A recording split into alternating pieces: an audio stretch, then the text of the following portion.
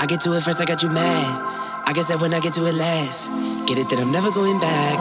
Get it that I'm never going back. Going up, going up, going up, going up, going up, going up. Get it that I'm never going up, going up, going up, going up, going up, going up, going up. Weber 2305 on the other side of 24. Monitor Tower 185. They'll call you. Monitor Tower 185 on the other side. Weber 2305. All right, guys, here we are.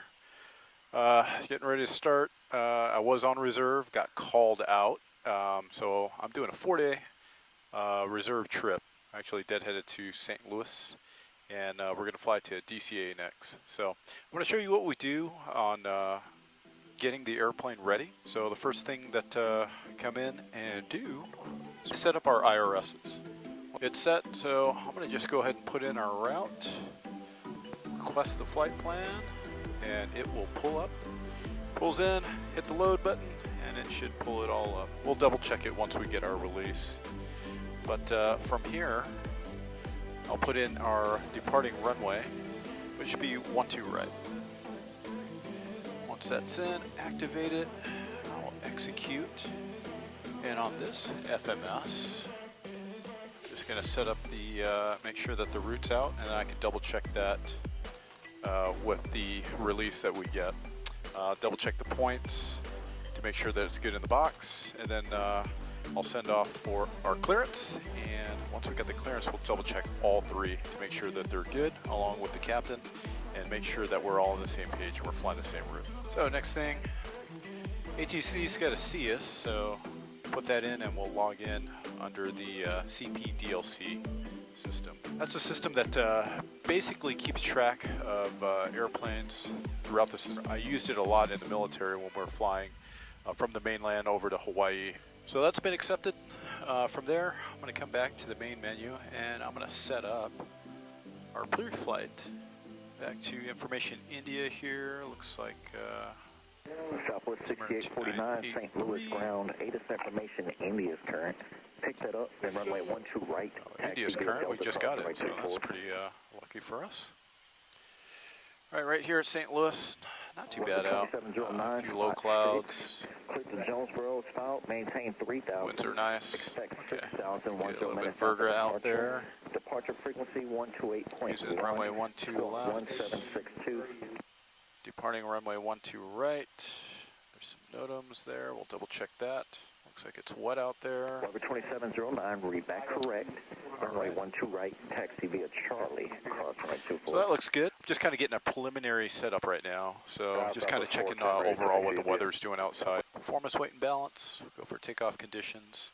Unfortunately, I don't have the Jeppesen plan just yet. Still waiting on a release. We're a little bit early, so I figured we'd get set up as far ahead as possible. Kind of like going back to your training, especially your instrument training. I kind of taught my students, hey, stay ahead of the airplane. If there's something that can be done right now, do it. And if you're just sitting around waiting, you could be doing something else, or you're probably wrong. So I apply that same logic here at the airlines, and I've applied it throughout my entire career. So I've really tried to get the airplane set up that way. If anything does go wrong, we have a little bit of time to figure it out. That's probably a little loud in the background, but I like to keep also a listen of ATC, just find out what's going on out there. If there are any kind of weather issues, any kind of incidents going on, maybe there's an emergency aircraft coming in, might delay us getting out. But those are some of the things that I look at and I'm thinking about while we get ready. Typically we'll have about anywhere from 30 minutes to 1 hour in between flights. Sometimes it's longer if the airplane's sitting a little bit.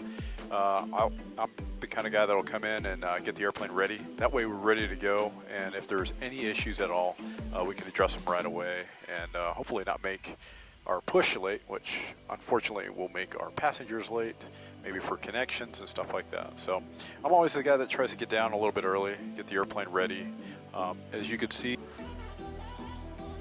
down the aisle, it's an empty airplane, so plenty of time to get your stuff ready, and then when the passengers start boarding, you should be all set, ready to go. It doesn't take a whole lot to get the airplane ready. It'll probably take us maybe 2 to 3 minutes, honestly, to get the cockpit set up ready.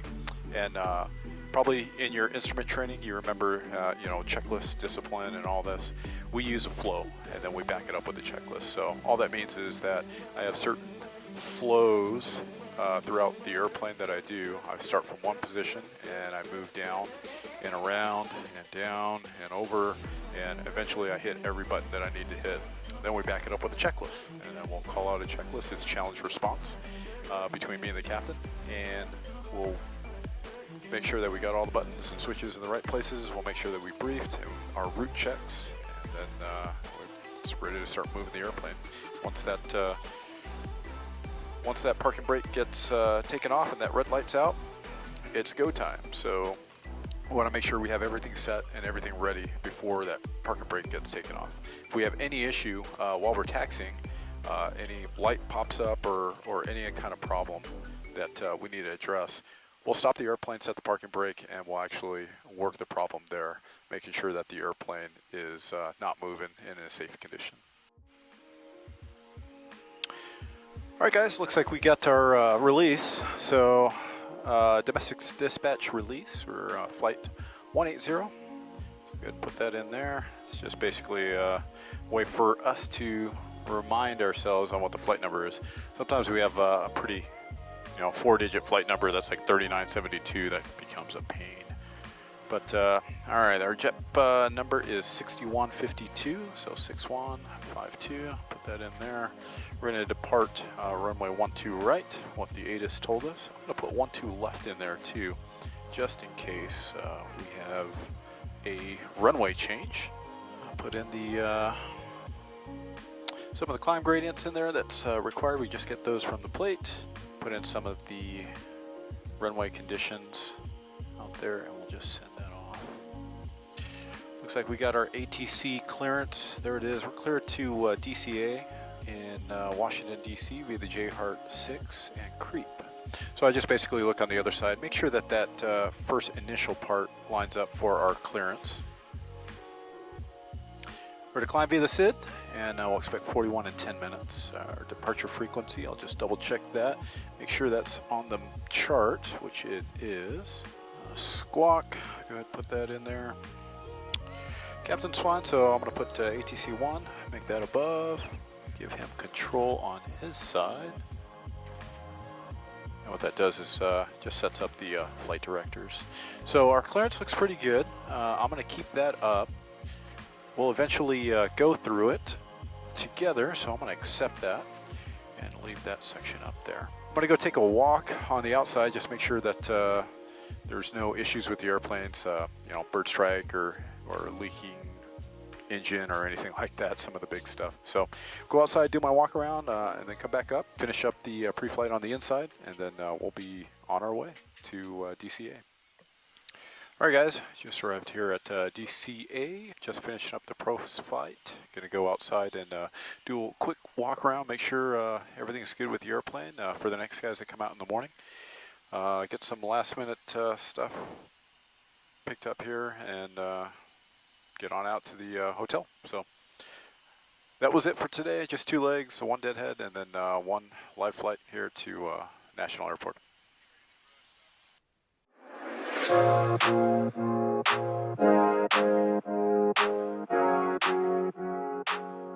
Saturday evening, Brickyard 4344, River Visual 19. Welcome aboard, day number 2 on reserve. So we're just getting ready for the next trip, the next leg, which is going to be over to Austin, and then we'll offload some passengers, onload some passengers, get some fuel, and then we'll be on to San Diego. So I'm just going to get the airplane ready, just like I did the first day. Same deal. This airplane's been sitting a little bit, so they turned it all off. It's called a cold airplane. So now we're going to power it back up. I just turned on the battery and start getting everything going. All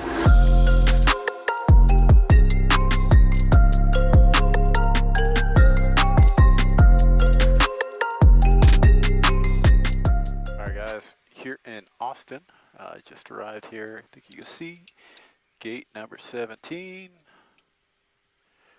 Just here for, we actually got in a little bit early, so we're going to have a little bit of time. I'm going to run out and go to this barbecue place called Salt Lick. If you're ever in Austin and you got a little bit of time to grab some food, Salt Lick is is awesome. But anyways, we just parked, ran the checklist real quick, and what I have to do as part of my duties is the post-flight deal. So I made sure all that was logged in. We sent it off, and what that does is send in our times to the company. Block 3 hours and 4 minutes. We used to, if I can pull that out here, we used to put it in this logbook as far as the flight times. With all the technology coming out, we can now do it via the box, via the ACARS, and it does the same thing. So I'm going to go run to Salt Lake, grab some food, and bring it back into the cockpit and maybe have some dinner for the next flight, which is over to San Diego. And flying time on that one is 2 hours and 37 minutes. So another relatively long flight. I say anything above, really anything above an hour for me is a long flight. So 2 hours, 37 minutes, yeah, is what it is. But end up in San Diego tonight. Be nice. All right. All right, guys, we just made it in. Just pulled into the Chucks here at gate number 8. Ready to hit the hotel. So we're all done for the day. All right. We'll see you guys in the morning.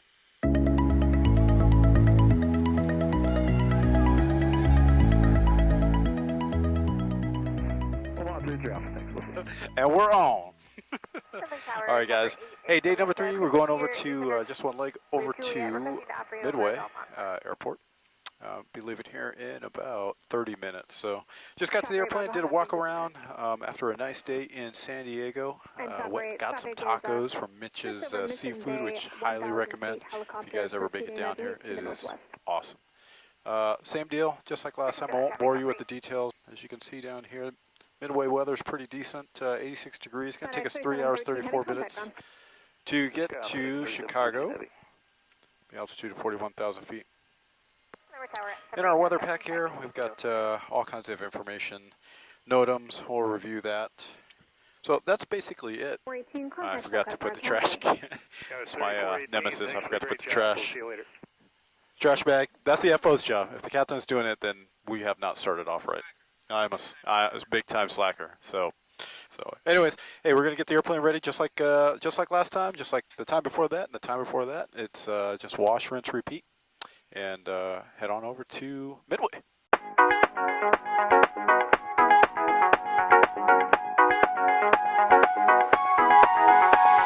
What can I do? What can I say? Please make it up. Hey everybody, it's day number 4 right now. Just getting ready to head to the airport and jump on my deadhead flight back to Phoenix. A deadhead is basically riding in the back where they position you for either a flight or to position you back home to end your trip. Lucky for me, I'm going home, hopefully gonna end my trip. I'm still on reserve, so they can still add something to my trip onto the back end. Hopefully not, hopefully we just get to go home, enjoy the 4th of July weekend. But all finished up here in Chicago Midway. Let's head to the airport. Here we are, deadheading back to Phoenix. Got our seat, got our mask, 3 hours. It's gonna be awesome. I know I'm acting stupid, but being dumb, maybe just a little bit foolish. I feel so young. Drunk, I've never seen you clearer than now. We're flying high, floating somewhere up in the clouds. Going out of ourselves, can we feel it? Almost like I don't know if it's real. Cause when we're Back in the car. Hope you guys liked the video. If you did, please hit the like button. Subscribe if you haven't. And we'll see you again on another video by Flying with Big Ern.